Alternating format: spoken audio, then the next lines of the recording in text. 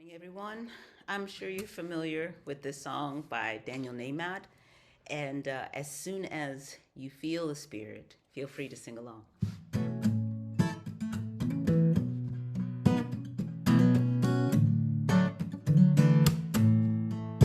I'm in the right place at the right time. I am just where I'm supposed to be. I'm in the right place at the right time. I am just where I'm supposed to be. I'm in the right place at the right time. I am just where I'm supposed to be. I'm in the right place at the right time. I am just where I'm supposed to be. Oh, my soul is welcome here. My soul is welcome here. I am getting the message loud and clear. My soul is welcome here.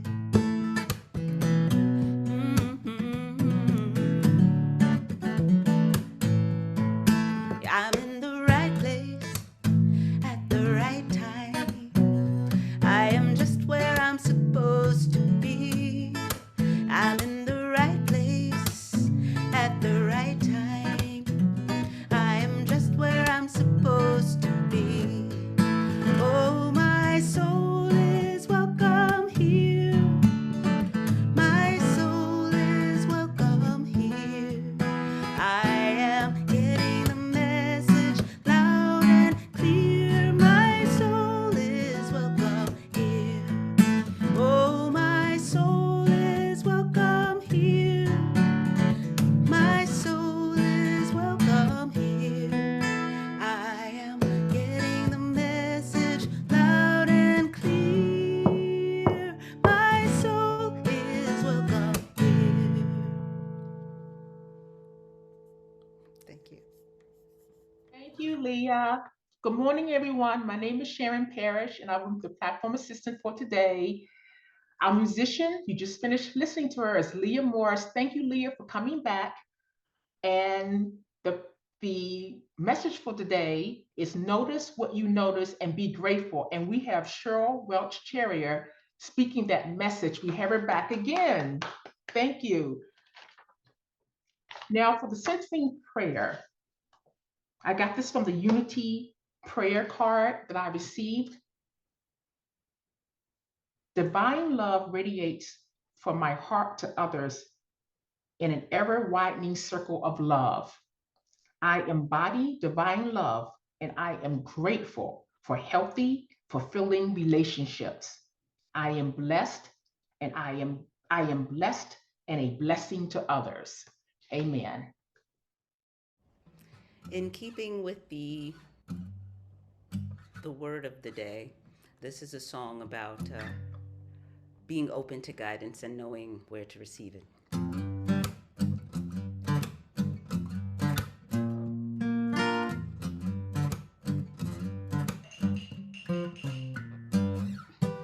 Love, would you guide my feet? Love, would you light my path?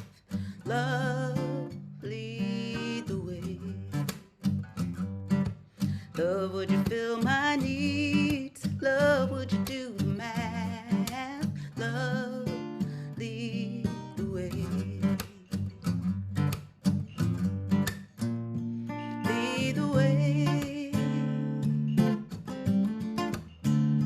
Lead the way. And I will walk with trust today. In all I do, in all I say, I will follow. Love, lead the way.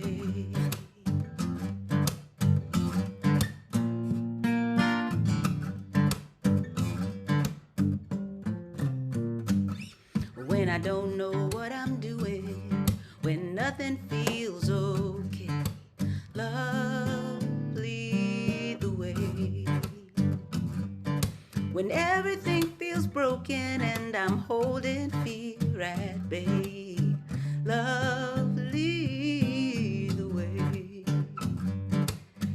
like, you can repeat after me. Lead the way, lead the way, lead the way, lead the way, and I will walk, and I will walk with trust today, with trust today, in all I do, in all I do, in all I say, in all I say, I will follow, I will follow, love lead the way, love lead the way,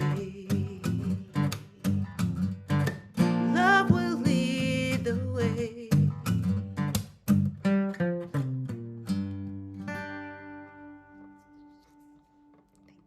Oh my goodness. I'm in the right place at the right time. I'm just where I'm supposed to be. Thank you, Lea. Title of my talk today is Notice What You Notice and Be Grateful. We gather together to ask the Lord's blessing. He chastens and hastens his will to make known. The wicked oppressing now cease from distressing. Sing praises to his name. He forgets not his own. I was raised in the Methodist Church and we sang this hymn at Thanksgiving. It doesn't really resonate with what I know as truth today, but I still have fond memories of it and of many of the hymns we sang. Chicks and my former yoga teacher used the phrase, notice what you notice, a lot. It's not meant for physical sensations and observations alone. It might begin with noticing how your body feels, but then we might notice how we feel emotionally. Are we stuck? Do we need a change? Do we feel like life has lost its meaning? Contemplating this, I realized that the idea of noticing what we notice goes way beyond the physical. As travelers on the spiritual path, God-centered people practicing awareness and willingness. It's rather like peeling away the layers of an onion. Peel away one layer, and more comes to the surface. More is revealed, and new levels of awareness arise. As we enter this magical, mystical time of year, hopefully our gratitude for our lives, all that we've experienced, all that is still to come, will fill our hearts and expand to everyone with whom we come in contact. We more deeply embrace principle 3. We are co-creators with God, creating reality through thoughts held in mind. It's my favorite principle, and my affirmations over the last few months have usually begun with the words, one with God, and then gone on from there. One with God, I am free and unlimited. One with God, my healing on all levels is incontrovertible. One with God, I am joy-filled. You get the gist. As we travel this spiritual path, is one of your noticings that you feel like you don't know who you are anymore? That's certainly been true for me at various times in my life. Here's what Eckhart Tolle has to say about that. I usually congratulate people when they tell me, I don't know who I am anymore. They look perplexed and ask, are you saying it is a good thing to be confused? I ask them to investigate. In other words, notice what you notice. What does it mean to be confused? I don't know is not confusion. Confusion is, I don't know, but I should know, or I don't know, but I need to know. Can you cease looking to thought for an identity? When you let go, what happens to confusion? Suddenly it's gone. When you fully accept that you don't know, you actually enter a state of peace and clarity that is closer to who you truly are than thought could ever be. That's from A New Earth. In a conversation with Oprah Winfrey, Tolle said that spiritual awakening happens when you are out of your comfort zone. Boy, have I found this to be true in my life. It's times of chaos and uncertainty that have led me to dig deeper and know more of myself as a spiritual being, to let go and let God. That's why I'm fond of saying a little chaos is good for the soul. In Lowell Fillmore's article, The Little Foxes, he says, of course, The nature of your consciousness is changing to some degree every day as you change the character of your thoughts and your mental attitude toward the things that come into your life experience. I'm going to read that again. Of course, the nature of your consciousness is changing to some degree every day as you change the character of your thoughts and your mental attitude toward the things that come into your life experience. So, at this magical, mystical time of year, are we noticing that we're stressed by everything that we need to accomplish? Decorating, cooking and baking, shopping, wrapping gifts, addressing cards? Or can we step back, take a deep breath, and do one thing at a time? Just keep putting one foot in front of the other, so to speak, and do it with a grateful heart. Because I'm a hurry and just get it done type of person, at times like this, I often find myself reciting the first 5 Zen things like a mantra. Do one thing at a time. Do it slowly and deliberately. Do it completely. Do less. Put space between things. The booklet called Spiritual Keys to Aging Well has an article by Reverend Luzette Rivera Diaz. I often trip over that name. You'll hear it again. Please forgive me if I do. It's called The Grateful Heart. In it, she asks the question, have you ever wondered whether people are grateful because they are happy, or they are happy because they are grateful? Hopefully it's the latter. Personally, I've spent a lot of time in my life looking for happiness outside myself. Is happiness the perfect job, or the perfect relationship, or the perfect hairdo, or the perfect outfit? Being Unity Truth students, we all know the answer is a resounding no. First, though, we need to practice awareness by noticing what we notice. Reverend Rivera Diaz goes on to say, once I noticed my incessant worry, I began to consciously allow my first awareness in the morning to be of gratitude, even if only for being alive and able to breathe. Personally, I love the affirmation, I am alive, awake, and enthusiastic, especially first thing in the morning. She goes on to remind us of Paul's instruction in 1 Thessalonians 5:18. Give thanks in all circumstances. In all circumstances, not for all circumstances. Become aware that every moment is a gift. Find the gift and the blessing. It's there. Then let your joy fill the moment with happiness. Excuse me. John Puccino wrote a song called Grateful, which some of you may remember Chick singing more than once around this time of year. The lyrics are in part, grateful, grateful, truly grateful I am. Grateful, grateful, truly blessed and duly grateful. It's not that I don't want a lot, or hope for more, or dream of more, but giving thanks for what I've got makes me so much happier than keeping score. Even if when things are shaky in life and it feels like everything is falling apart and chaos reigns, there are aha moments and realizations that things needed to fall apart in order to get us to move on in life and move up in consciousness, to open the door and enter the hallway. In Reverend Karen's recent loving kindness workshop, a big realization for me was that I need to take loving kindness into the hallway with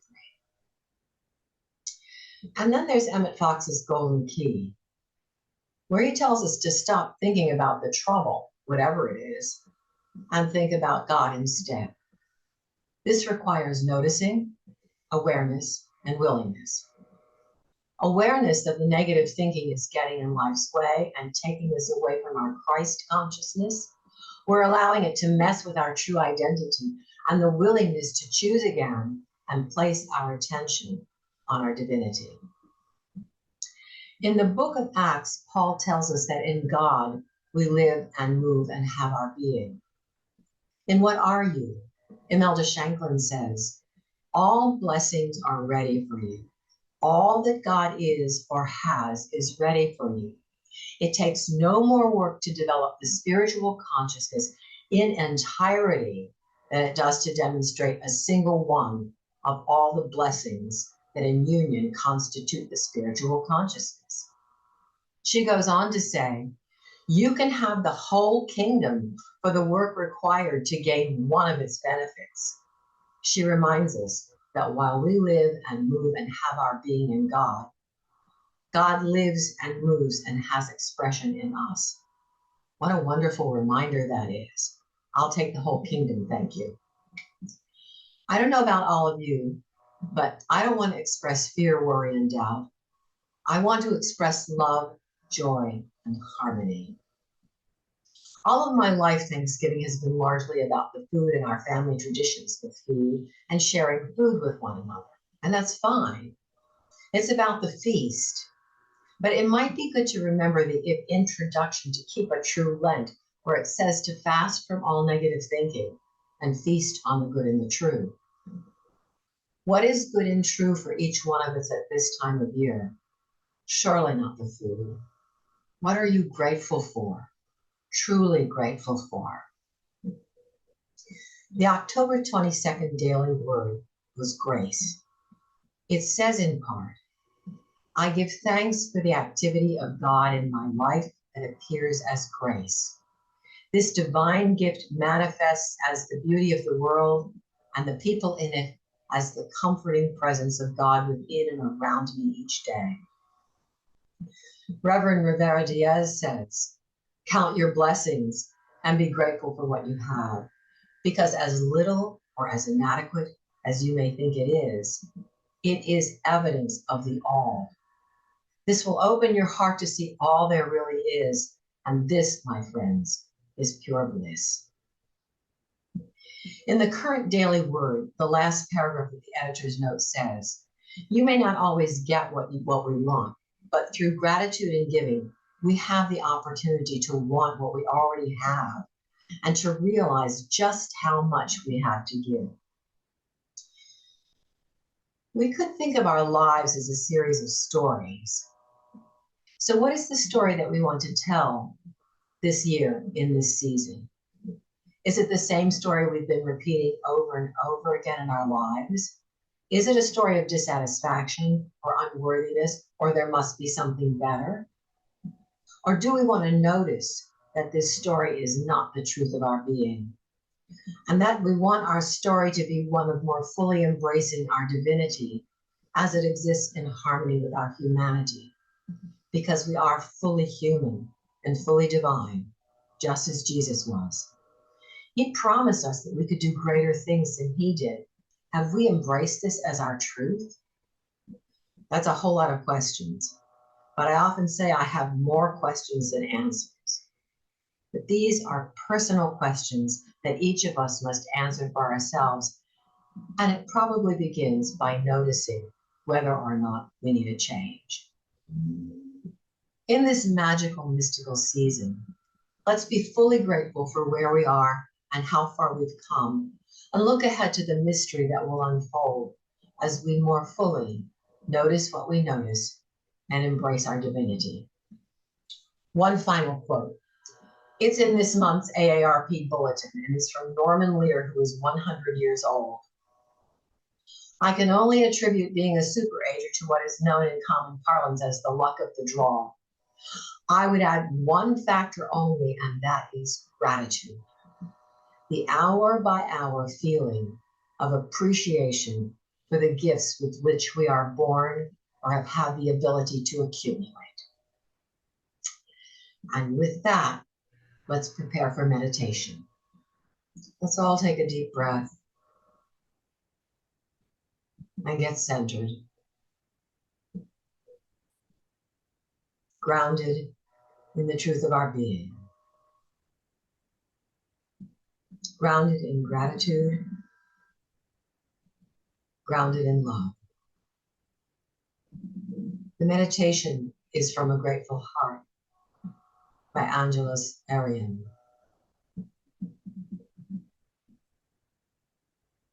Gratitude before me.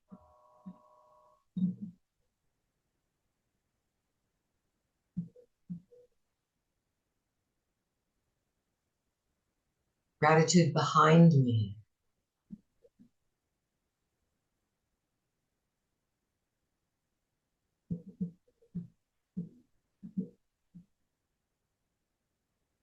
Gratitude to the left of me.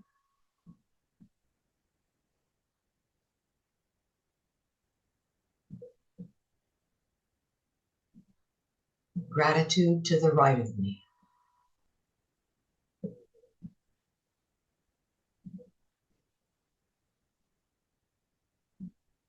Gratitude above me.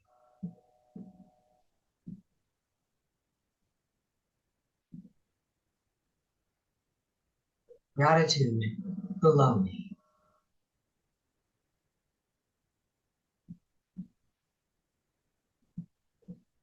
Gratitude within me.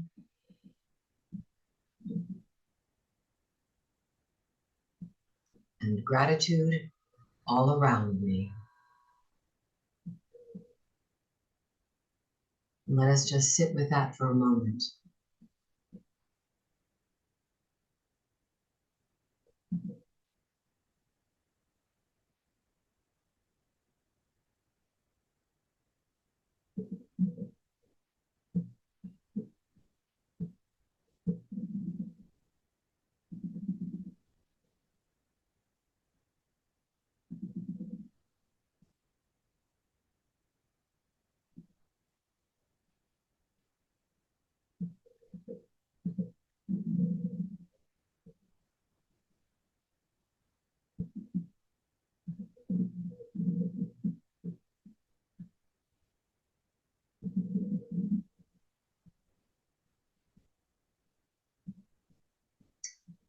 And so it is, and so it will always be.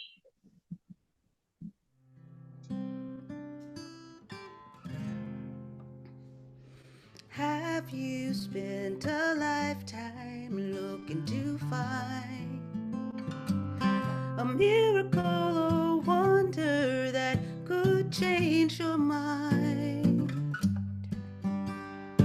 You have found no reason yet to believe, but maybe hope's got something yet left up her sleeve. Something beautiful, something magical, an ordinary magic. Amazing that we have this chance to be here, to let our love vanish fear, and let our days overfill with ordinary magic. Like wind chimes, a child's song, a whisper of wind in the leaves, the moonlight, the wide open arms of a sycamore tree. That's just ordinary magic. Amazing that we have this chance to be here, to let our love disappear the fear, let our days overfill with ordinary magic. Have you felt the sunshine on your face? And have you heard the bird's version of Amazing Grace? Have you stood up on a mountain and tried to number the stars? Or did you know that perfection is who you truly are? You're always beautiful, always natural, ordinary magic. Amazing that we have this chance to be here and let our love vanish fear. Let's let our days overfill with ordinary magic, ordinary magic.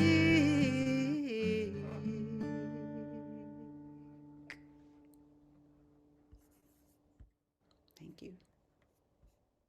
And now for the closing prayer. As I turn my mind toward wholeness and well being, I heal.